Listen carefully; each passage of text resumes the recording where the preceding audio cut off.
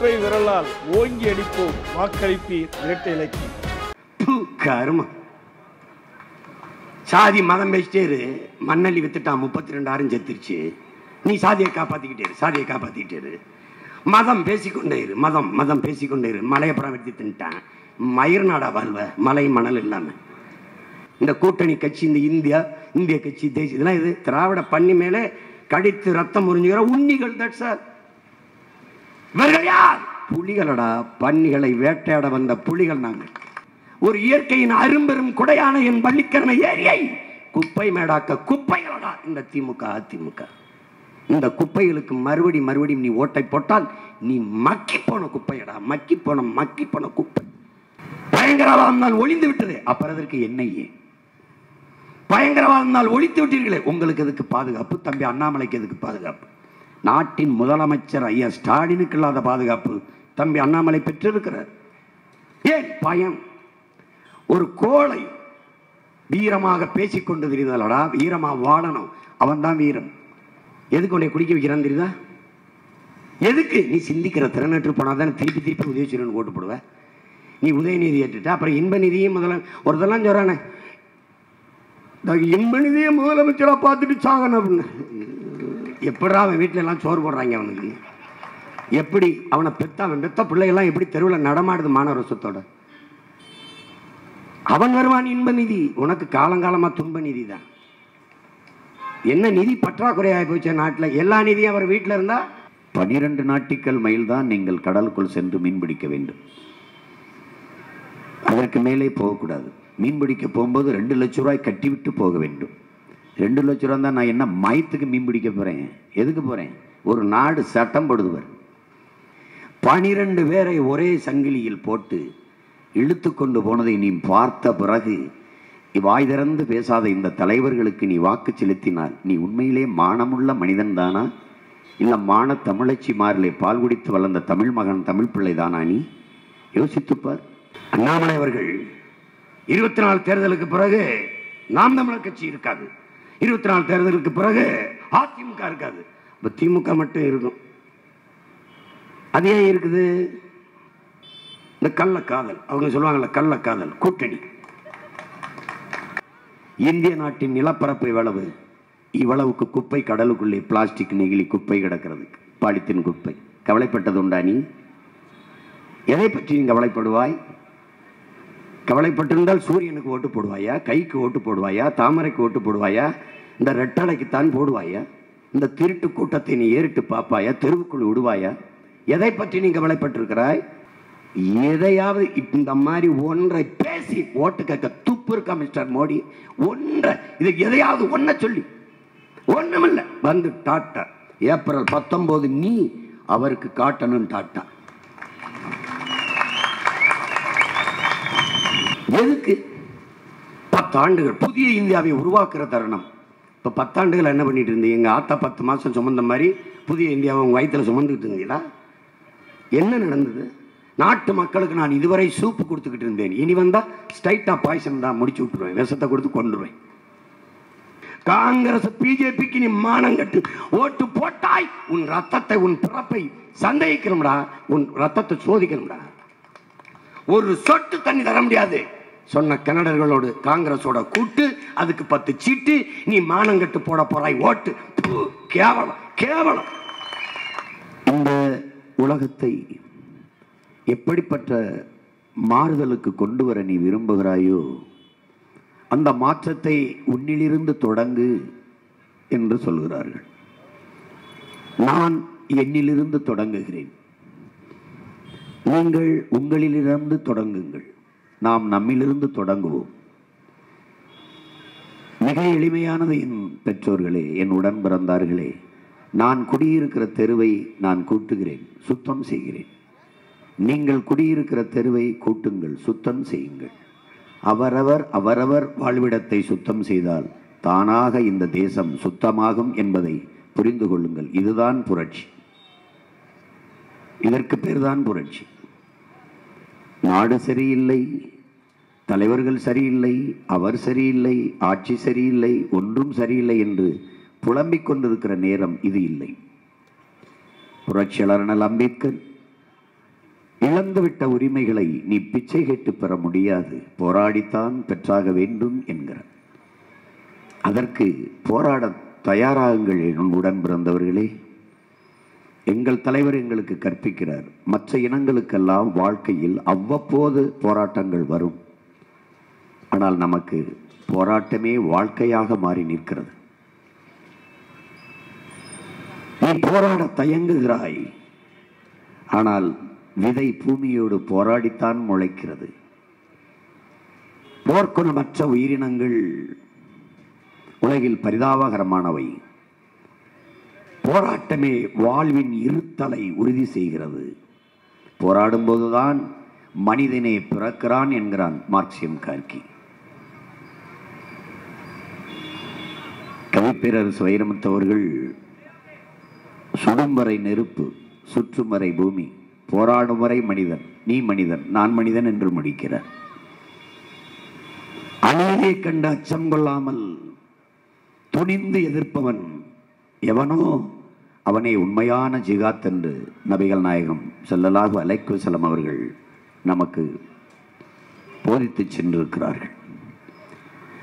உலகில் எங்கெங்கு அநீதி நடக்கிறதோ அதை கண்டு சகித்து கொள்ள முடியாமல் நீ கோவப்படுவாயானால் நீனும் என் தோழனே என்கிறான் சேகுவேரா. கொலை வாளினை எடடா மிக கொடியோர் செயல் அறவே, குகை வாழ் ஒரு புலியே உயர் குணமேவிய தமிழா என்கிறான் நம் புரட்சி பாவலன். இன்னரும் சொந்தங்களே, இன்னுயிர் தம்பி தங்கைகளே, ஒரு ஏக்கத்தோடும் தவிப்போடும் தொலைதூர கனவோடும் உங்கள் முன் நிற்கிற இந்த பிள்ளைகளை பாருங்கள். எங்கள் பயணம் மிக நீண்ட தூரத்தில் தொடங்கியது. பல ஆண்டுகளுக்கு முன்பு, பல 100 ஆண்டுகளுக்கு முன்பு எங்கள் முன்னவர்கள் தொடங்கிய பயணம். அதை தொடர்ந்து நாங்கள் 14 ஆண்டுகளாக பயணித்து வருகிறோம். உங்களை தேடித்தான். எதற்காக? உங்களுக்காகத்தான்.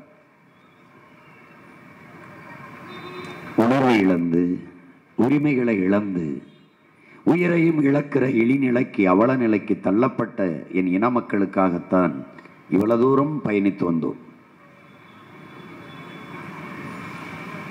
எங்களுக்கு தன்னலம் என்று ஒன்று உண்டு. அது எங்கள் இனத்தின் நலன்தான். அதற்காகத்தான் இவ்வளவு அரும்பாடு ஆற்றுகிறோம். ஆனால் இங்கே அரசியல் என்பது தன்னலமற்று சேவை செய்யக்கூடிய ஒரு புனித அமைப்பு என்பதை மாற்றி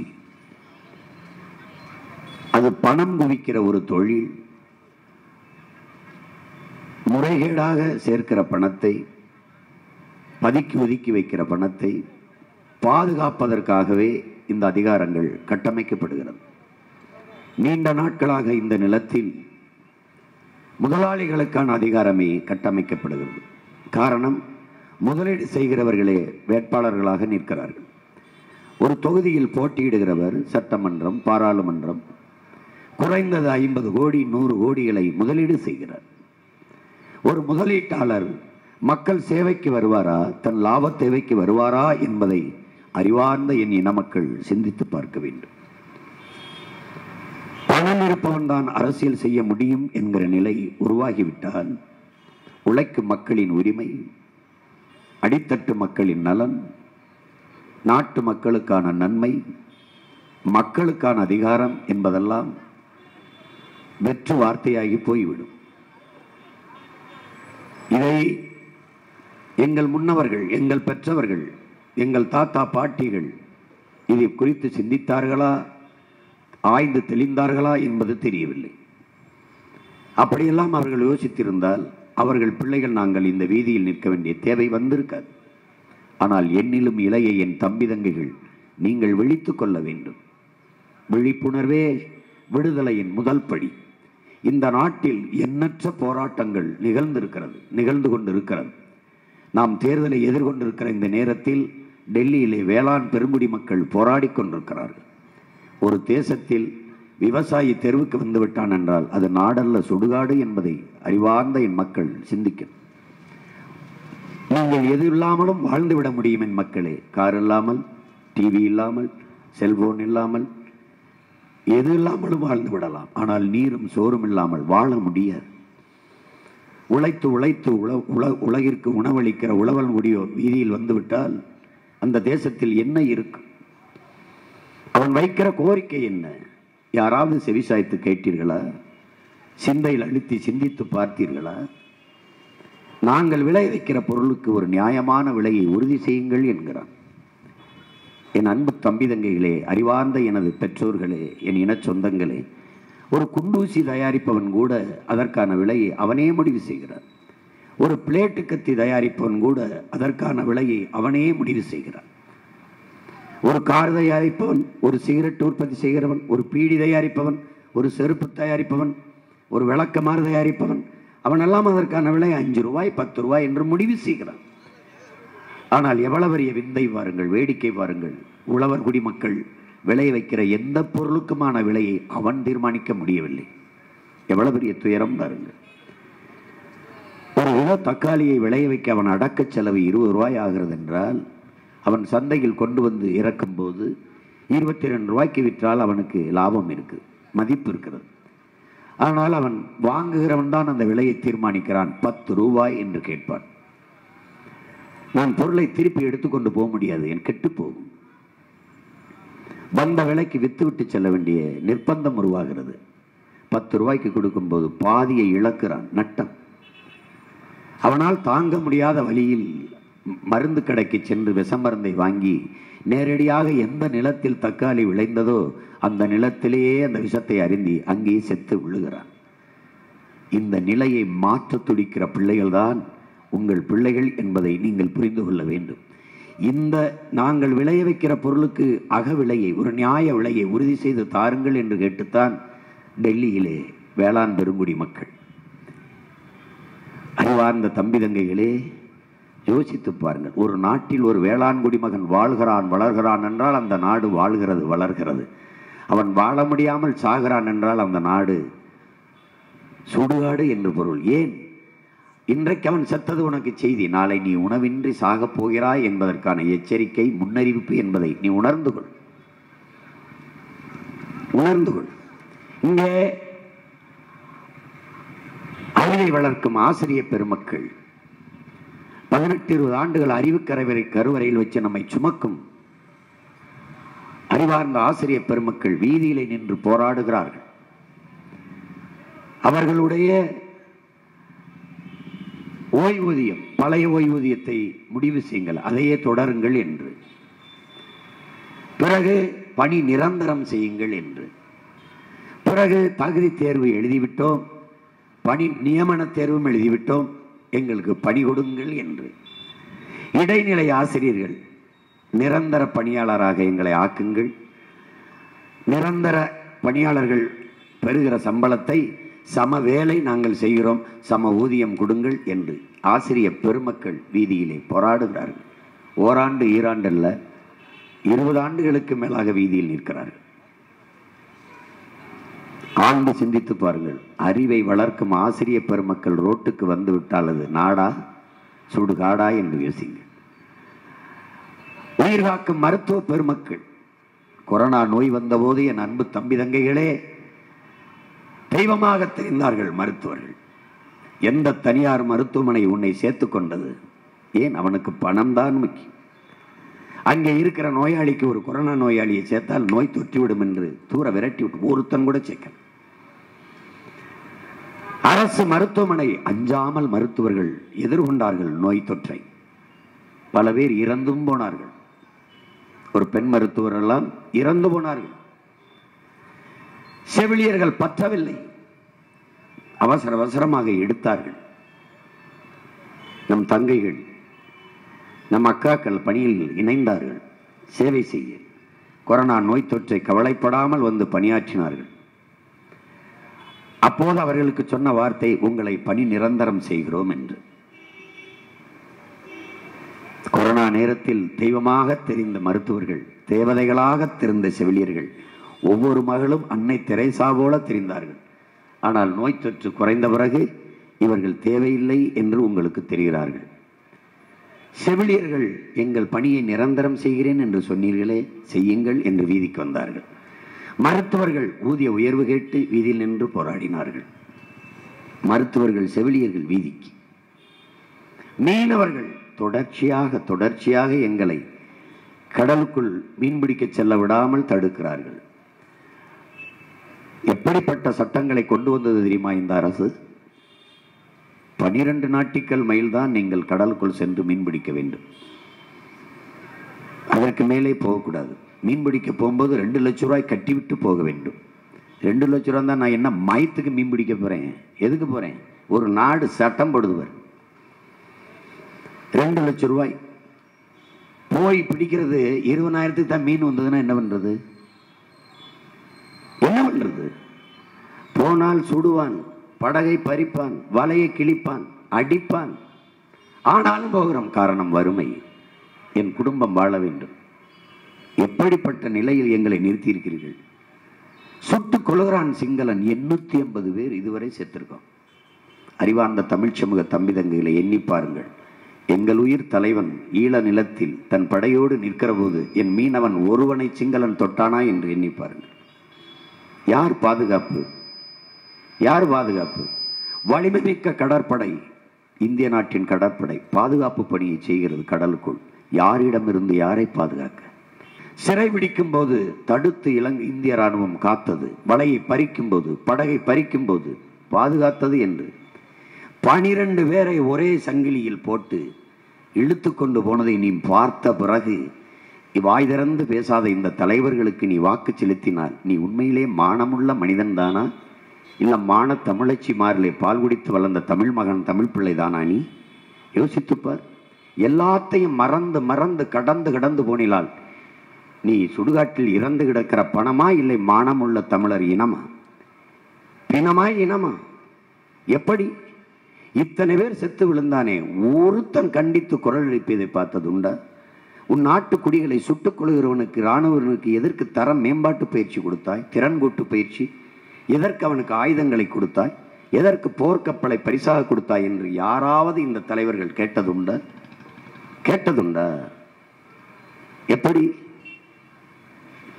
நான் செத்து விழுந்தேன், என் நெத்தியில் பொட்டு காசு 1 ரூபாய் நீ கொடுத்ததுண்டா?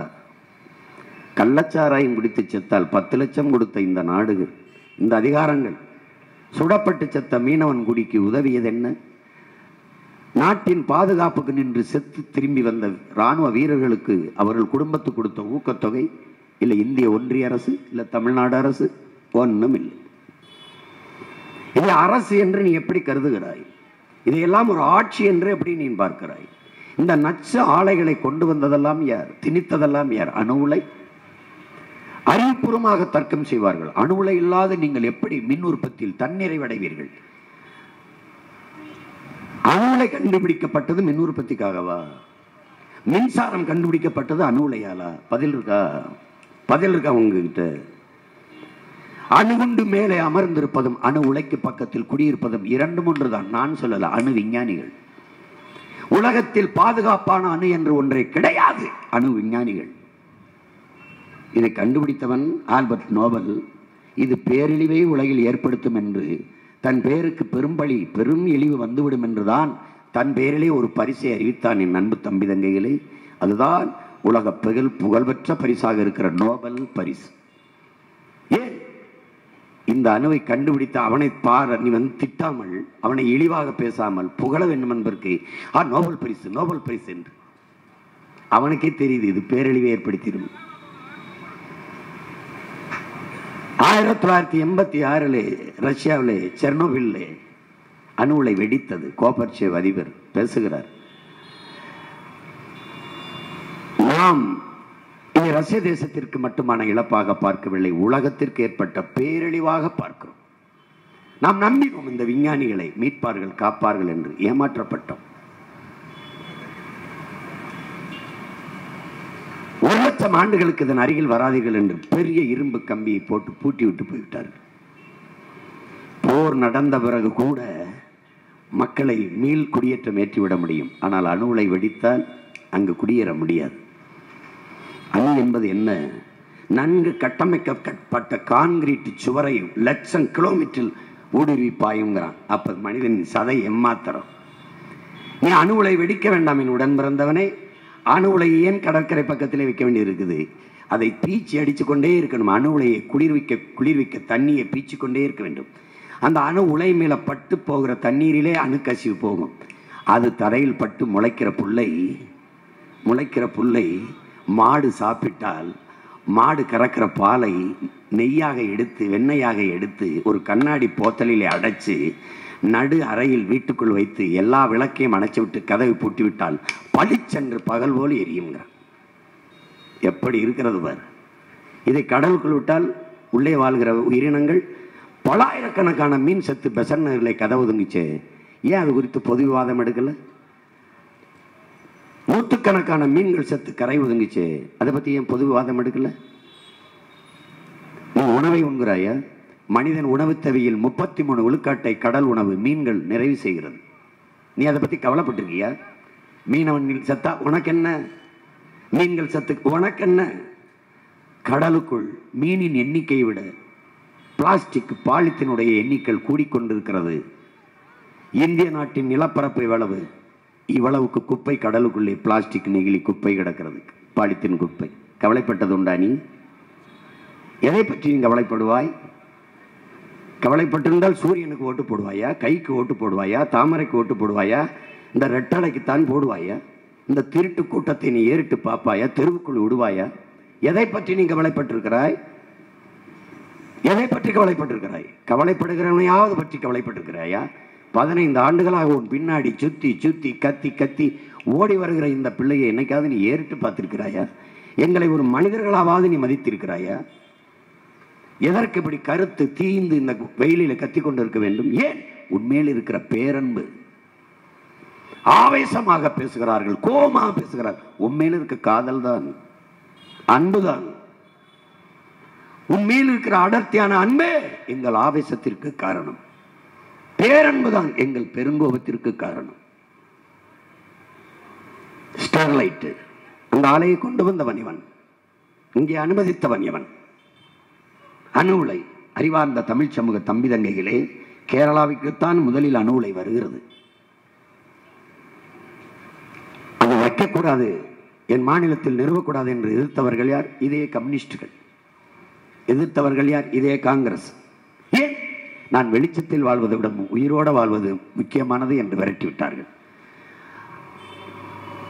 அப்படியே ஒரு கூட்டம் இருக்கு, சிந்தனை திறனற்று, மானங்கட்டு, சூடுகட்டு, சொரணகட்டு.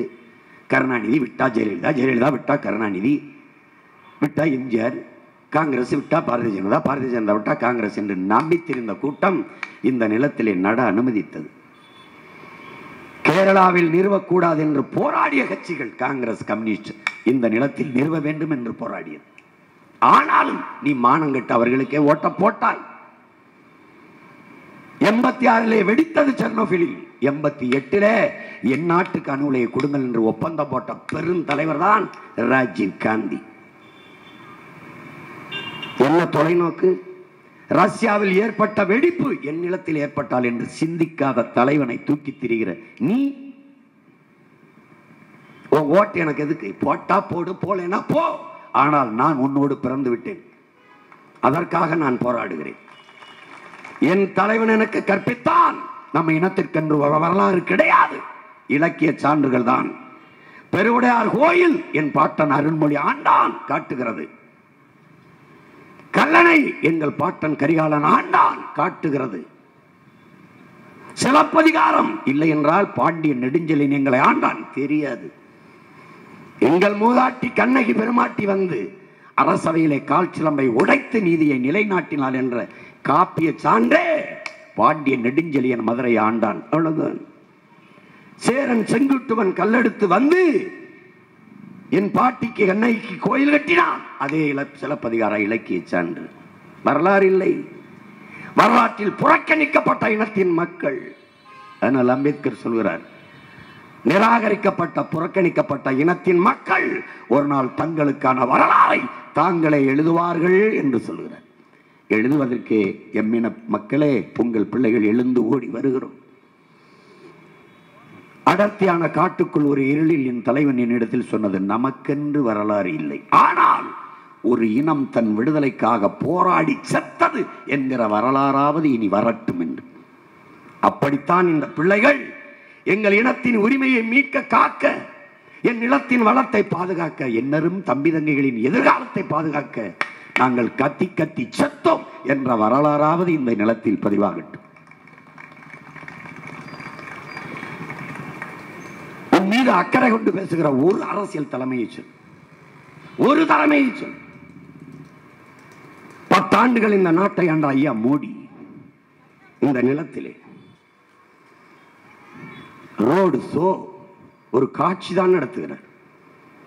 நான் 10 ஆண்டுகளில் இவ்வளவு நல்லது செய்தேன். 80 விழுக்காடு தான் கல்வி கற்றிருந்தார்கள் என் நாட்டில் மக்கள்.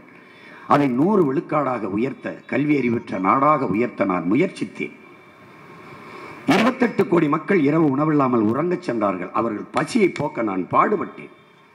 பச்சிலன் குழந்தைகள் பசியோடு படுக்க சென்றார்கள். அதை தடுக்க போராடினேன்.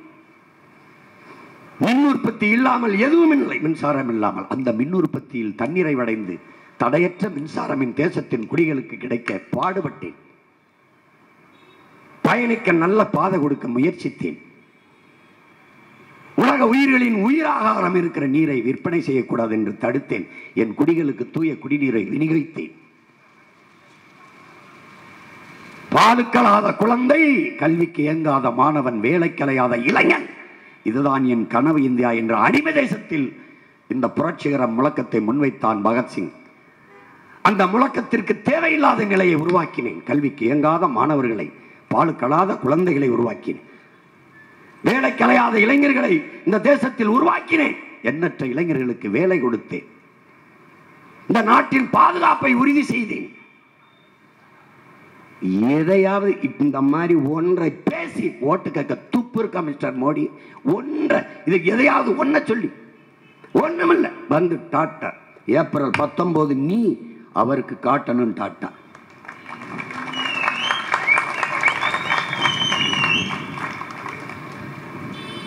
எதுக்கு 10 ஆண்டுகள் புதிய இந்தியாவை உருவாக்குற தருணம். இப்போ 10 ஆண்டுகள் என்ன பண்ணிட்டு இருந்தீங்க? எங்க ஆத்தா 10 மாசம் சுமந்த மாதிரி புதிய இந்தியாவை உங்க வயிற்றுல சுமந்துக்கிட்டு இருந்தீங்களா? என்ன நடந்தது? நாட்டு மக்களுக்கு நான் இதுவரை சூப்பு கொடுத்துக்கிட்டு இருந்தேன். இனி வந்தா ஸ்ட்ரைட்டா பாய்சன் தான், முடிச்சு விட்டுருவேன், விஷத்தை கொடுத்து கொண்டுருவேன். இன்னும் இந்த சனம் நம்புது. 10 ஆண்டுகளில் செய்யாத ஒன்றை அடுத்தவர் 5 ஆண்டில் என்ன செய்ய போகிறாய்? ஏன் இந்த கேள்வி உனக்கு எழ மாட்டேங்குது? ஏன் எங்களை கேட்கிறது? சீமான் இதற்கு என்ன பதில் சொல்கிறார்? ஒன்றுமே பேசாம இருக்கிறார். ஏதாவது வேரியாய் கத்தி விட்டுருப்பார். இதற்கு ஒன்றும் குரல் கொடுக்கவில்லை. என்னடா எங்க ஆத்தா வாடகைக்கு பெற்று விட்டு நேர்ந்து விட்டுக்காலடா நீ? நான் கோயில் கலைய ஊர் ஊரப்ப சுற்றி மேஞ்சி தெரியுது. உங்களை பெத்த மாதிரி தான் என்னையும் பெற்றிருக்கு. ஏன் உனக்கு தொண்டை இல்லை, குரல் இல்லை? நீ தேர்வு செய்த தலைவனை பேச சொல்லு, எவனையாவது பேச சொல்லு.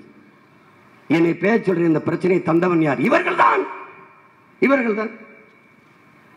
எண்ணூர்ல போய் பாரு, போய் பாரு. என்ன 8000 கிலோமீட்டரா போற? இந்த அருக்கு வைப்பாரு.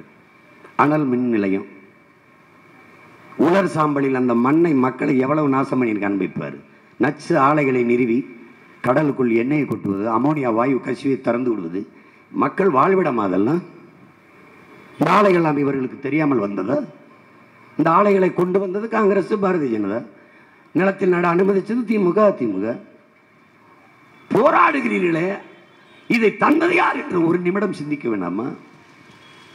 இந்த போராட்டத்தை நமக்கு கையளித்தது யார்? திணித்தது யார்? ஏன்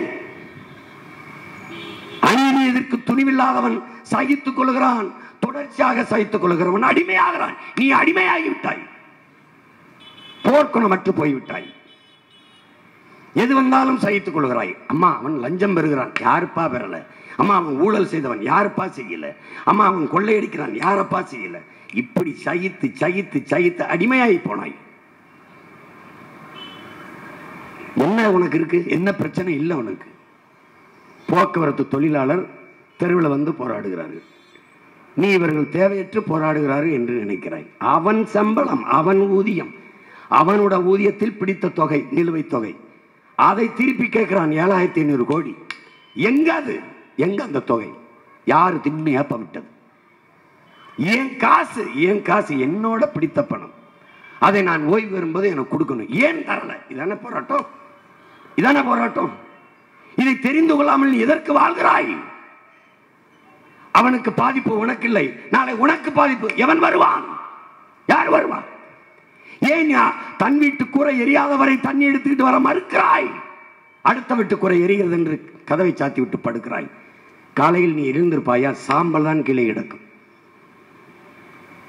அந்த நிலை உனக்கு வராது என்று இலங்கையில் நடந்தது இங்கே நடக்காதா? ஒரு ஆப்பிள் 1000 ரூபாய், 1 லிட்டர் பெட்ரோல் 1500, கிளர்ச்சி வந்தது. அது வராதா? வரும். அப்படி ஒரு புரட்சி வரும்போது தலைமை ஏற்கத்தான் உங்கள் பிள்ளைகள் தயாராகி கொண்டிருக்கிறோம். மணிப்பூரில் நடந்தது இங்கே நடக்காதா? குஜராத்தில் நடந்தது இங்கே நடக்காதா? நடக்கும்.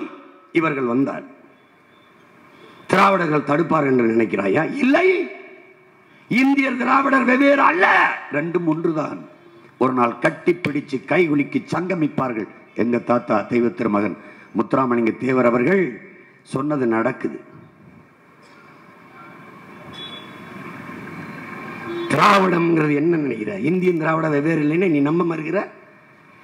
இந்தியன் தேசிய காங்கிரஸ், இந்தியன் தேசிய பாரதிய ஜனதா, பாரத மாதா கி ஜெய், தேச ஒற்றுமை இறையாண்மை எல்லாம் பேசிய பாரதிய ஜனதா காங்கிரஸ். கர்நாடகா, அந்த மாநிலத்தில் கர்நாடக கட்சியா இந்திய கட்சியா? நான் கேட்கறதுக்கு நல்ல பெருமக்கள், அறிவார்ந்த பெருமக்கள், சிந்தனை ஆற்றல் கொண்ட மக்கள் ஒருத்தம் பதில் சொல்லு. கர்நாடகா என்று வருகிற போது அந்த மாநில கட்சியா அது இந்திய கட்சியா?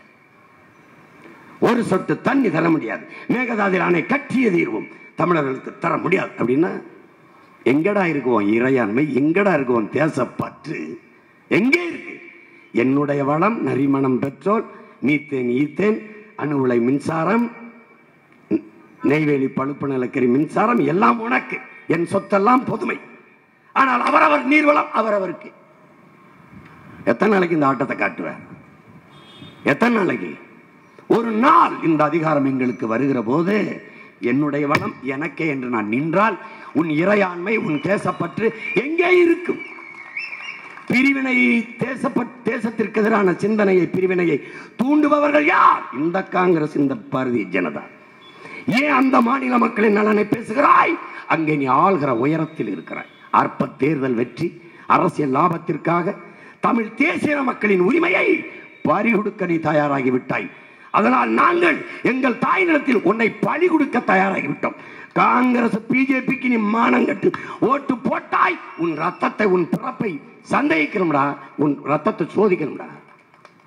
ஒரு சொட்டு தண்ணி தர முடியாது சொன்ன கன்னடர்களோடு காங்கிரஸோட கூட்டு, அதுக்கு 10 சீட்டு, நீ மானங்கட்டு போட போறாய் ஓட்டு. கேவலம், கேவலம், கேவலம். ஒரு இடத்துல கூட காங்கிரஸ் வெல்லல. ஏன்? ஏன்? தமிழர்கள் கண் முன்னே ஈழ தாயகத்தில் லட்சக்கணக்காக தமிழ் மக்களை கொன்றார்கள். கச்சத்தீவை தான் தோன்றித்தனமாக எடுத்து கொடுத்தார்கள். காவிரியில் தண்ணி தர மறுத்தார்கள். கல்வி உரிமையை எடுத்துக்கொண்டு போனார்கள், மருத்துவ உரிமையை எடுத்துக்கொண்டு போனார்கள், எல்லா மாநில உரிமையும் பறித்தார்கள், இந்தியை திணித்தார்கள். அதனால் தமிழர்கள் வெகுண்டெழுந்து வீழ்த்தினார்கள் என்ற வரலாற்று பதிவு வரவில்லை என்றால் நீ வாழ்ந்தென்ன செத்தென்ன?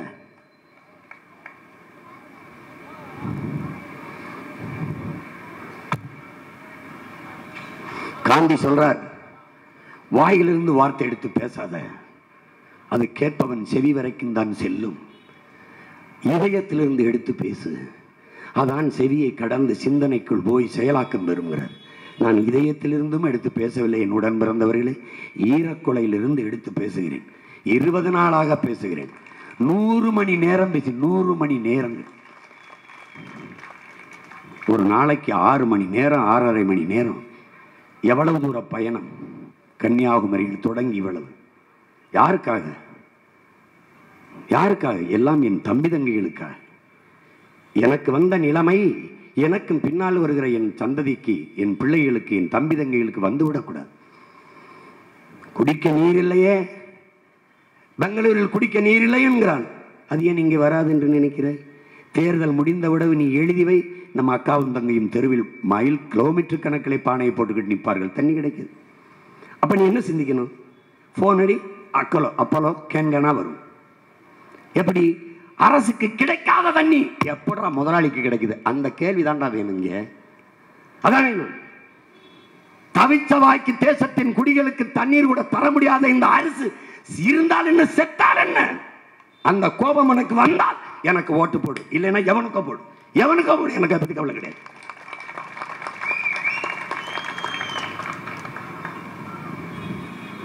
போடு, பாரு. கருணாநிதி சமாதி ஒரு தடவை பாரு. கடற்கரையில் இருக்கிற ஜெயலலிதா, எம்ஜிஆர், அண்ணா சமாதி ஒரு தடவை பாரு. நேர போ தஞ்சாவூருக்கு போ, உடையாளூருக்கு போ. உடையாளூர்னு ஒரு ஊருக்கு போ.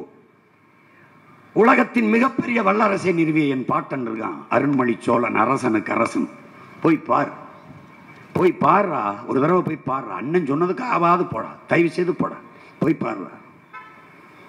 அவ்வளவு பெரிய கோயிலை கட்டிய என் பாட்டனை போய் பார். உன் இனப்பெருமையை போய் பாருடா.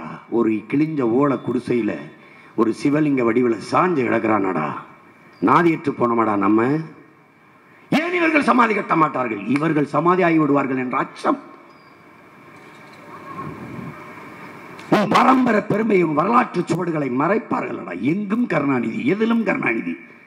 கையெடுத்து கெஞ்சி கேட்டேன், டாஸ்மார்க்கு வச்சு விடுங்க.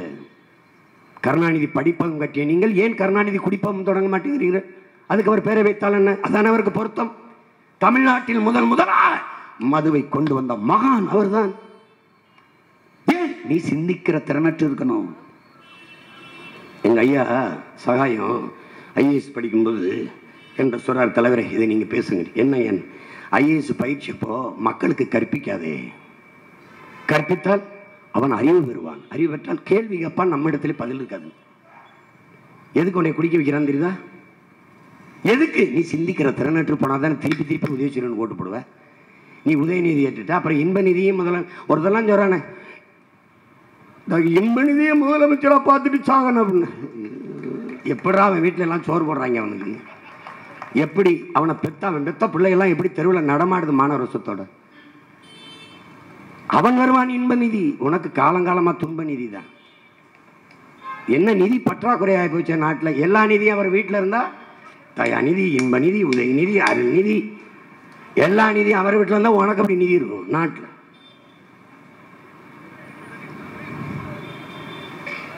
சிந்திக்கணும்.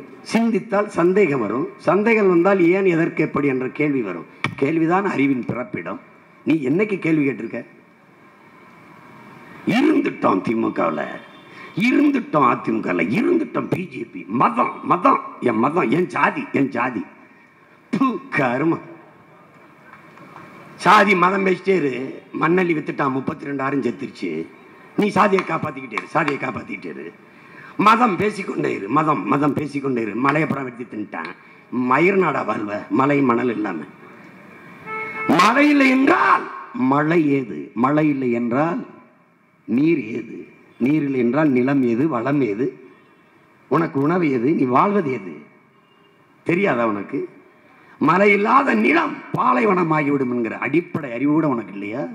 இல்லையா? ஒரு தனி ஒரு அயோக்கியன் வெட்டுனா தடுக்கலாம். அரசே வெட்டுதடா, அரசே அள்ளி திங்குதே, அரசே அள்ளி விக்குதே. என்ன செய்வாய்? உன்னால் உருவாக்க முடியாத ஒன்றை உனக்கு அளிக்கிற உரிமை யார் கொடுத்ததுன்னு ஈஎப் சுமாசர் கேட்கிறானே. நீ படி, சிறிதளவு சின்ன புத்தகம் தான். மரத்தை வெட்டினா நட்டு வளர்த்துருவ, நீரை உறிஞ்சி வித்தா தேக்கி வச்சிருவ. மலையை மணலை எப்படி உருவாக்குவ? எப்படி உருவாக்குவ? நீ அவனுக்கே ஓடு போட்ட, மறுபடியும் போடு. உதயசூரியனுக்கு போடு, ரெட்டலைக்கு போடு, கைக்கு போடு, தாமரைக்கு போடு, போடு போடு. போட்டு நேரம் வீட்டுக்கு வா, எங்களெல்லாம் தூக்கி சுடுகாட்டில் போட்டுரு. போடு. இப்போ ரோட்டில் போட்டிருக்க, இன்னொரு தடவை போட்டு சுடுகாட்டில் போட்டு நிம்மதியா இரு. குடு, நாட்டு அவங்க கிட்டே கொடு. இந்த ஆத்து மணல் கொள்ளையை பற்றி இந்த கட்சி தலைவர்கள் ஏதாவது கூட்டணி கட்சி பேசினதை நீ பார்த்ததுண்டா? மலையை எம்சாண்ட் என்று நொறுக்கி விற்கிறியே, மலையை மணலாக்கிட்டினா மழை பொழிவை எப்படி பெறுவாய்? அதை ஏதாவது நீ கேட்குற, பேசி பார்க்குறியா? நீ பேசி பார்க்குறியா? விவசாயி போராட்டத்தை பற்றி இதில் எந்த கட்சி தலைவராவது பேசி பார்க்குறியா? பேசி பார்க்குறியா? ஐயா ஸ்டாலின் மட்டும் பேசுறார். எப்படி பேசுறார்? டெல்லியிலே போராடுகிற விவசாயிகளை தீவிரவாதி போல் மோடி நடத்துகிறார். திருவண்ணாமலையில் மேல்மா சிப்காட்டுக்கு என் விளைநிலத்தை பறிக்காது என்று போராடின விவசாயம் மேல குண்டாஸ் பெற்ற திராவிட மாடல் தலைவர் 7 பேர் மேலே குண்டாஸ் போட்டு தூக்கி போட்ட இவர், நீங்கள் எப்படி நடத்தினீர்கள் எங்களை? போராடிய விவசாயிகள் மீது குண்டாஸ் போட்ட பெருந்தகை மோடியை குறை சொல்லுகிறார். 100 கேள்விகள் தினமலர்ல பிஜேபி ஐயா ஸ்டாலினுக்கு. நான் கேட்ட ஒரு கேள்விக்கு பதில் சொல்ல 100 கேள்வி அவரை பார்த்து கேள்வி. பணம் செல்லாது என்று சொன்னவாது நீங்கள் சொல்லிய காரணங்கள் என்னென்ன? என்னென்ன? தீவிரவாதம் ஒளிந்துவிடும், ஒளிந்துவிடும். கருப்பணம் ஒளிந்துவிடும், ஒளிந்துவிடும். ஊழல் லஞ்சம் ஒளிந்துவிடும். ஒளிந்ததா? ஒளிந்ததென்றால் எதற்கு எல்லார் வீட்டிலும் வருமான வரி சோதனை, அமலாக்கத்துறை சோதனை? இப்ப 4 கோடி எப்படி பிடிச்சீங்க? ஒளிந்ததென்றால் 6650 கோடி தேர்தல் பத்திரத்தின் மூலம் நீங்கள் எப்படி வாங்கினீர்கள்? பயங்கரவாதம் ஒளிந்து விட்டது, அப்புறம் அதற்கு என்னையே? பயங்கரவாதம் ஒழித்து விட்டீர்களே, உங்களுக்கு எதுக்கு பாதுகாப்பு? தம்பி அண்ணாமலைக்கு எதுக்கு பாதுகாப்பு? நாட்டின் முதலமைச்சர் ஐயா ஸ்டாலினுக்கு இல்லாத பாதுகாப்பு தம்பி அண்ணாமலை பெற்றிருக்கிறார். ஏன் பயம்? ஒரு கோளை வீரமாக பேசிக்கொண்டு தெரியுதல்லடா, வீரமா வாழணும், அவன் தான் வீரம். எதுக்கு உனக்கு பாதுகாப்பு? ஒரு தலைவன் தான் நாட்டுக்கு பாதுகாப்பு. தலைவனே பாதுகாக்க பெரிய படை வச்சிருந்தா யார்கிட்ட இருந்து யாரை பாதுகாக்க நீ படை வச்சிருக்க? எதுக்கு உனக்கு பாதுகாப்பு? நாங்கெல்லாம் அப்படித்தான் பாதுகாப்பு சுத்தி திரும்ப. பயங்கரவாதத்தை ஒழிச்ச பெதா மக்கள் ஆயிடுச்சு நீங்க. இப்ப உங்களுக்கு எதுக்கு பாதுகாப்பு? 50 நாள் பொறுத்திருங்கள், சொர்க்கத்தில் கொண்டு வைப்பேனீர்களே. செத்துத்தான் சொர்க்கத்துக்கு போனார்கள் வெளியே. எங்கே ஒளிந்தது? எங்கே ஒளிந்தது? 1000 ரூபாய் செல்லாதீர்கள். அந்த காலகட்டத்தில் என் மக்கள் பட்ட துயரத்தை நீங்கள் எண்ணி பார்த்ததுண்டா தலைவர் பெருமகனே? மகளுக்கு திருமணம், உறவெல்லாம் கூடியாச்சு. காலையில் போய் நகை வாங்க வேண்டும், உடை எடுக்க வேண்டும், பாத்திரபண்டம் வாங்க வேண்டும். ராத்திரியில் பணம் செல்லவில்லை பெருமக்களை. அப்பாவை மருத்துவமனையில் சேர்த்தாச்சு, பணத்தை கட்டி கூட்டிட்டு வரணும், காலையில் போய் கூட்டிட்டு வரணும். 1,00,000 ரூபாய் எடுத்து வைத்திருந்தேன், பணம் செல்லலை பெருமக்களே. எவ்வளவு பெரிய பாதிப்பை இந்த நாட்டு மக்களுக்கு தந்தீர்கள். ஒரு வருத்தம் 1000 ரூபாய் செல்லாது என்றீர்கள், 2000 தான் செல்லும் என்றீர்கள். இப்போது 2000 செல்லாது என்கிறீர்கள். ஏன் ஏன் செல்லாது 2000? இப்போ செல்லா காசுகளிடத்தில் நீ அதிகாரத்தை கொடுத்துவிட்டு இப்படி சிக்கி தவிக்கிறாய். எத்தனை கேள்வி இந்த பாரதிய ஜனதா கட்சி, அதன் ஆட்சி, அதன் தலைவர் பெருமக்கள்கிட்ட எழுப்புகிறோம். ஒன்றுக்கு பதில் சொல்ல முடியாத நீங்கள் ஐயா ஸ்டாலினுக்கு 100 கேள்வி, ஒரு பக்க விளம்பரம், பல கோடி செலவழிச்சு. கேவலம். மோடி தமிழ்நாட்டில் வந்து நான் Narendradas Modi prime minister of India 10 years நான் இருந்திருக்கேன். 10 ஆண்டுகளில் பாரத நாட்டின் மக்களுக்கு இவ்வளவு நலத்திட்டங்களை செஞ்சிருக்கேன். அதை சொல்லி ஓட்டு கேட்க துப்பு இல்லை, வக்கு இல்லை. இங்கே வந்து எம்ஜிஆர் ஹே, ஜெயலலிதா ஜி ஹே, அதெல்லாம் தெரியுஞ்சிங்க. நீங்க சொல்லி மோடி சொல்லி எம்ஜிஆர் ஜெயலலிதாவை தெரிய வேண்டிய நிலைமையில தமிழ்நாட்டு மக்கள் ஒன்றும் இல்லையே, ஒன்றும் இல்லையே. அண்ணாமலை அவர்கள் 24 தேர்தலுக்கு பிறகு நாம் தமிழர் கட்சி இருக்காது, 24 தேர்தலுக்கு பிறகு அதிமுக இருக்காது, இப்ப திமுக மட்டும் இருக்கும். அது ஏன் இருக்குது? இந்த கள்ளக்காதல், அவங்க சொல்லுவாங்கல்ல கள்ளக்காதல் கூட்டணி. தலைவாசல் வெளியே வர்றதில்லை, கொல்லவாசல் வெளியே வர்றது. எல்லாரும் தூங்கினவரும் கதவை திறந்து விட்டுறது. இந்த அயோக்கிய பயில கூட்டம் இருக்க திமுக மட்டும் இருக்கு, எதிர்ப்பதில்லை. ஏன் இந்தியம் திராவிடம் வெவ்வேறு இல்லை? ஏன் இந்திய கட்சிகள் மாநிலம் என்று வரும்போது மாநில நலனை பேசும், அது இந்தியம். மாநில நலனுக்காக தொடங்கப்பட்டது என்று பேசுற திராவிடம் இப்போது இந்திய நலனை பேசும். ரெண்டும் ஒண்ணுதான்டா. கர்நாடக தேர்தல், கேரள தேர்தலில் காங்கிரஸ் கேரள நலன் பேசும், கர்நாடக நலன் பேசும் காங்கிரஸ், பாரதிய ஜனதா கம்யூனிஸ்ட். ஆனால் இந்த திமுக, இந்த திராவிட கூட்டம், திருட்டு கூட்டம், மாநில நலன், மாநில உரிமை, மாநில தன்னாட்சி என்று பேசிய இந்த திமுக இந்தியாவை காப்பாற்ற ஸ்டாலின் அழைக்கிறேன் வாருங்கள். யாரு இவர்? இந்தியத்துக்கு போயிருவாரு, அவர் திராவிடத்துக்கு வந்துடுவார். தட்ஸ் ஆல் இவர். ஆனால் ரெண்டும் சேம் திங், சேம் பிளட்.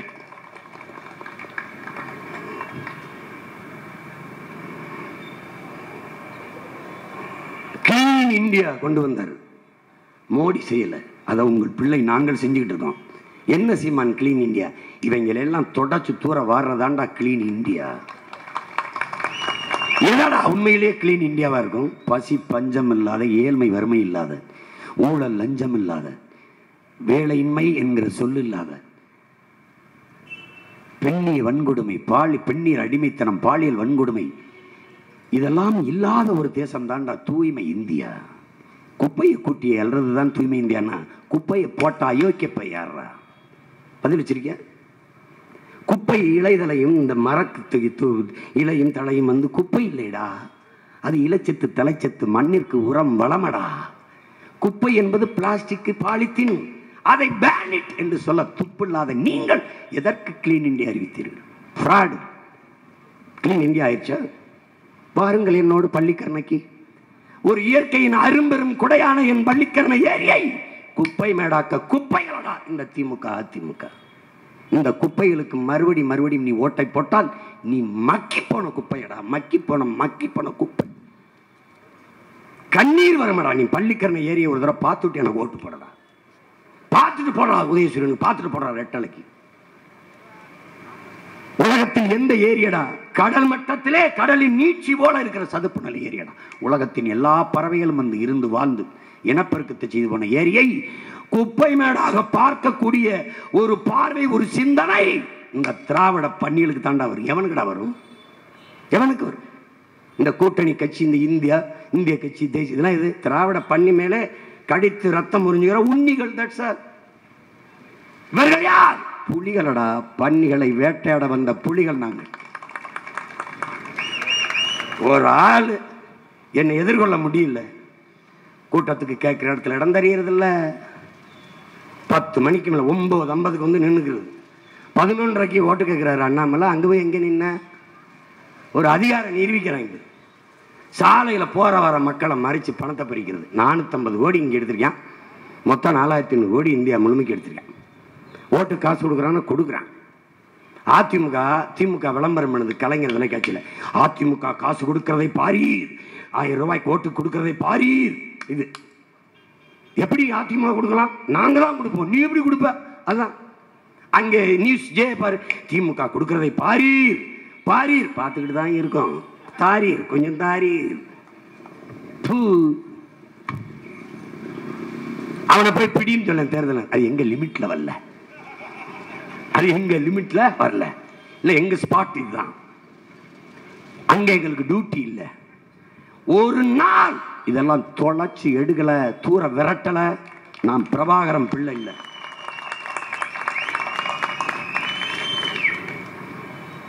கொள்ளையடிக்கிறதுக்கு துணை போகிற மக்களா நீங்க? அறம் சார்ந்து வாழ்ந்த மறவர் கூட்டம் இல்லையா நீங்க? மானமும் வீரமும் அறமும் உயிரென்று வாழ்ந்த இனத்தின் மக்கள் இல்லையா நீங்க? எப்படி இவங்களுக்கு கூட போக முடியுது? அடிச்ச கொள்ளையில் பங்கு 1000-500, திருப்பி கொள்ளையடிக்க போறதுக்கு அனுமதி. ஓட்டு ப்ளீஸ் ஓட்டு. அதுக்கு இப்போ திமுக என்ன மிரட்ட மாட்டான்ற? நம்ம அம்மா கார்டெல்லாம் போயிட்டு நீங்க சுதேஸ்வரனுக்கு ஓட்டு போடலன்னு வச்சுக்கிரு 1000 ரூபாய் கொடுக்க மாட்டோம், மாசம் ஒரு 1000 நிறுத்தி போடுவாங்க. எப்போ அப்படியா கொடுத்து நிறுத்தி போடுவாங்களா? அதோட 1000 ரூபாய் மிரட்டிட்டு ஒரு 300 ரூபாய் கையில் கொடுத்துட்டு வந்துடுறது. எனக்கு ஒரே ஒரு வருத்தம் தான். என் பாட்டன் பாரதி சொன்னான் பாரு, உலகத்துல எல்லாரும் போய் சாமிக்கு முன்னாடி எனக்கு நல்ல புத்திய கொடுன்னு கேட்டுதானே உலகத்துல எல்லாரும் அப்படிதான்டா வேண்டியிருக்கான். இந்த உலகத்திலேயே ஒரே ஒருத்தன் நம்ம பெரும்பாவளன் பாட்டன் பாரதி தாண்டா. சொல்லடி சிவசக்தி, என்னை சுடர்மிகும் அறிவுடன் ஏன் படைத்தாய்? எனக்கு எதுக்கு இவ்வளவு அறிவை கொடுத்தாய்ன்னு கேட்டா ஒரே மகன் நம் பாட்டன் பாரதி தான். அதே தான் நானும் கேட்கிறேன். என்னை ஏன் இந்த இனக்கூட்டத்தில் பிறக்க வைத்தாய்? ஒரு காக்கை குருவியாக, ஒரு நாயாக பிறக்க வச்சாலும் 4 வீட்டில் நக்கி திண்டு செத்துருப்பனே. எதுக்கு இப்படி இந்த கூட்டத்தில் பிறக்க வச்சா? கத்தி இந்த கத்தலை ஒரு சுடுகாட்டுக்கு முன்பு கத்திட்டா கூட 10 பிணத்தை எழுப்பியிருப்பனே. ஐயோ பாவம், அந்த பையன் ரொம்ப நாளா கத்துறான்னு பிணம் கூட எழுந்து வந்துருக்கும். என் இனத்தை எழுப்பி நிமிக்கிறதுக்குள்ள நாம் படுற பாடு அப்பா. எல்லாம் இவர் பார்த்த வேலை. சீனாக்காரன் சொன்னால 36 லட்சம் கோடியை கொடுக்குறேன் பிரபாகரா, உனக்கு நாடையும் கொடுக்குறேன், நீ அதிபராக இருந்த ஆளு. அதுக்கு நான் என்ன செய்யணும்? திரிகோணமலையை ஒரு 25 ஏக்கரை 36 ஆண்டுகளுக்கு லீஸு கொடு, அறுபாடு இருக்க வேண்டியதானே. இவர் மறுத்தாரு, ராஜபக்சே சரின்ட்டான், போயிடுச்சு. ஏன்? அவன் வீரனடா, அவன் யோசிச்சான். அமெரிக்கா கேட்டுச்சு, சீனா கேட்டுச்சு, யோசிச்சான் இது எது செய்தாலும் இந்தியாவுக்கு எதிராக போய்விடும். இந்தியாவை நேசித்தான், இந்தியா என் தலைவனை பகைத்தது. இன்னைக்கு கச்சத்தீவை மீட்க சொல்லு பார்ப்போம். யாரோட போய் யார்கிட்ட போய் அங்கிருந்து மீட்ப? சீனாவோட நீ போரிட்டால் தான் இனி கச்சத்தீவை மீட்க முடியும். ஏன்? சீனாவின் பிடியில் இலங்கை, சீனாவின் இன்னொரு மாகாணம் இலங்கை. எங்க அண்ணன் இருக்கிற வரை சீனா வந்தா நட உள்ள தெரியாதா யாரு நாங்கன்னு? நாட்டுக்கு பாதுகாப்பு காவல் தெய்வம்டா எங்க அண்ணன். இந்திய பெருநாட்டை காத்துக்கிட்டு இருந்தவன் அவர். இல்ல இல்ல அமெரிக்க போர்க்கப்பல் துப்பாக்கி ஆயுதங்களோட வந்து தூத்துக்குடியில் நின்றுச்சுரா. வரும்போது தடுத்து பிடிச்சா நீ? ஒரு ரேடார் பார்த்துச்சா? ஒரு ராணுவம் பார்த்துச்சா? கடற்படை ராணுவம் வந்து 3 நாள் நங்கூரம் போட்டு நிறுத்திட்டான். அதுக்கப்புறம் நீ என்ன பண்ண? அந்த ராணுவ வீரர்களை கைது பண்ண, கப்பற்படை வீரர்களை. அங்க உன்னுடைய துணை தூதர் தேவயானி கோபரகடையை கைது பண்ணி உள்ள போட்டான். நீ கதர். எங்க அண்ணன் இருக்கும்போது வந்து நின்னுச்சாட அந்த கப்பல். பைத்தியக்காரங்களா, உனக்கு இன்னும் நீ படணும். நான் போதிக்கும் போது புரியாது, உனக்கு பாதிக்கும் போது புரியும். அப்போது என்னை நீ தேடுவாய். தண்ணீர் கிடைக்காமல் பசியில் உணவில்லாமல் தவிக்கும் போது பார்வை பளிச்சென்று தெரியாத மங்களாக தெரியும். அப்போது பார், இந்த கருகிய முகத்தில் உன் அண்ணன், உன் உடன் பிறந்தவன் உன் முன்னால் தெரிவேன். அன்னைக்கு என்னை தேடுவாய், தேடி தேடி என் சின்னத்திற்கு ஓட்டு போடுவாய். அந்த காலம் ஒரு நாள் உருவாகும். இந்த காசு கொடுத்தவர்களை மான தமிழ் மக்கள் தெருவுக்குள் விடாமல் விளக்கமாறு செருப்பு கொண்டு அடித்து விரட்டினார்கள் என்கிற நிலையை தமிழ் பிள்ளைகள் நாங்கள் உருவாக்குவோம். எப்படி உருவாக்குவாய் சீமான்? ஒரு தலைமுறை தயாராகி கொண்டு வருகிறது. என் அரும்பு பெற்றோர்களே, நறுமை சொந்தங்களே, என்னிலும் இல்லை என் தம்பிகள் புரட்சிகர தீக்குச்சிகளாக பற்றி எரிந்து வருகிறார்கள். என்னை சுற்றி என்னை நேசிக்கிற கூட்டம் பெருகிக்கொண்டு போகிறது. கேம்பெயினை தொடங்கவா, மைக்க கையில் எடுக்கவா, எல்லாம் பதறிட்டான். 2 வரியில பல பேர் நெஞ்சடிச்சு உட்காந்துட்டான். என்னடா அது? அங்கிட்டு என் தம்பி விஜய் ஆண்டனி, அவன் பாடுறது இந்த மைக்கில், ஆனா கையில பிடிச்சிருக்கிறது நம்ம சின்ன மைக்கில். அப்புறம் இங்கிட்டு என் தம்பி ஜிவி பிரகாஷ், அவன் பாடுறது இந்த மைக்கில், கையில பிடிச்சிருக்கிறது நம்ம சின்ன இந்த மைக்கில். என் தம்பி படத்தில் வர்றது இந்த மைக்கு, ஆனா அவன் டிசைன்ல போட்டிருக்கிறது நம்ம மைக்கு. என்ன மைக்கு? ஏன்? உலகத்தில் பெரும் பெரும் மாறுதல்களை கொண்டு வந்த புரட்சியாளர்கள் எல்லாம் நின்று பேசியது இந்த மைக்கு முன்னாடிதான். அப்படிப்பட்ட ஒரு மாறுதலை மான தமிழ் மக்கள் தாய் மண்ணில் உருவாக்க வேண்டும் என்பதற்காக என்னுயிர் தம்பிகள் என் தோளுக்கு துணையாக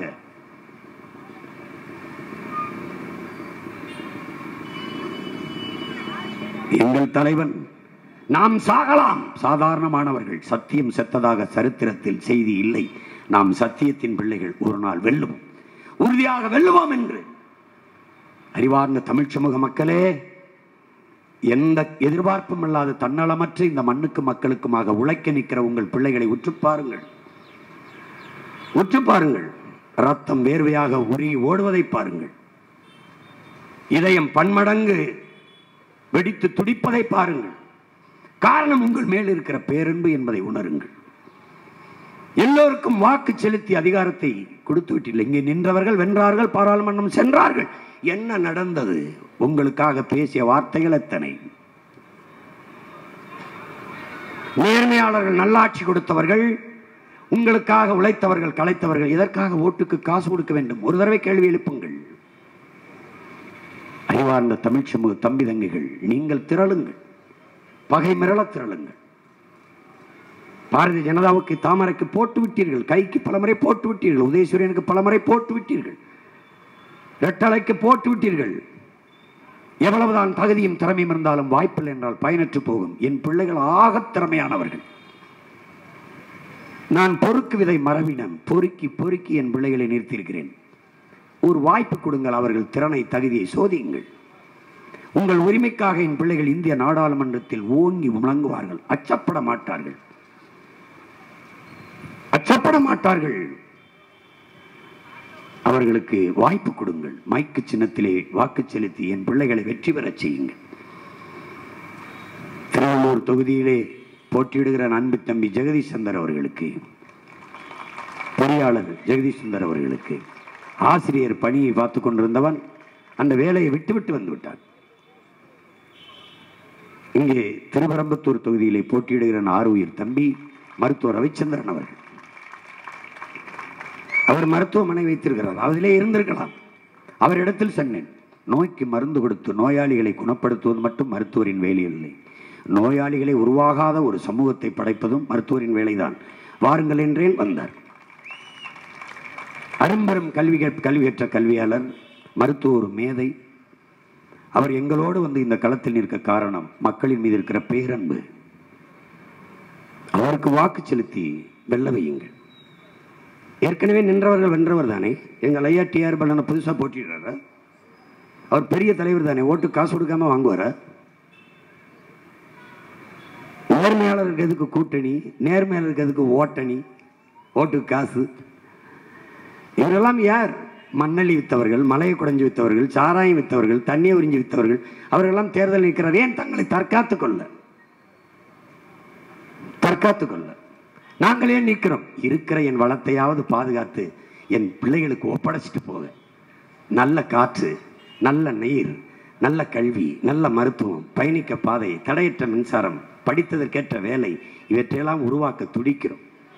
என்னரும் சொந்தங்களே, இன உணர்வும் மான உணர்வும் கொண்ட என் அருமை தாய்த்தமிழ் உறவுகளே, என்னிலும் இளைய தலைமுறை புரட்சியாளர்களே, உங்கள் மதிப்புமிக்க வாக்கை என் தம்பிகள் இருவருக்கும் தந்து இந்திய நாடாளுமன்றத்திற்குள் அனுப்புங்கள்.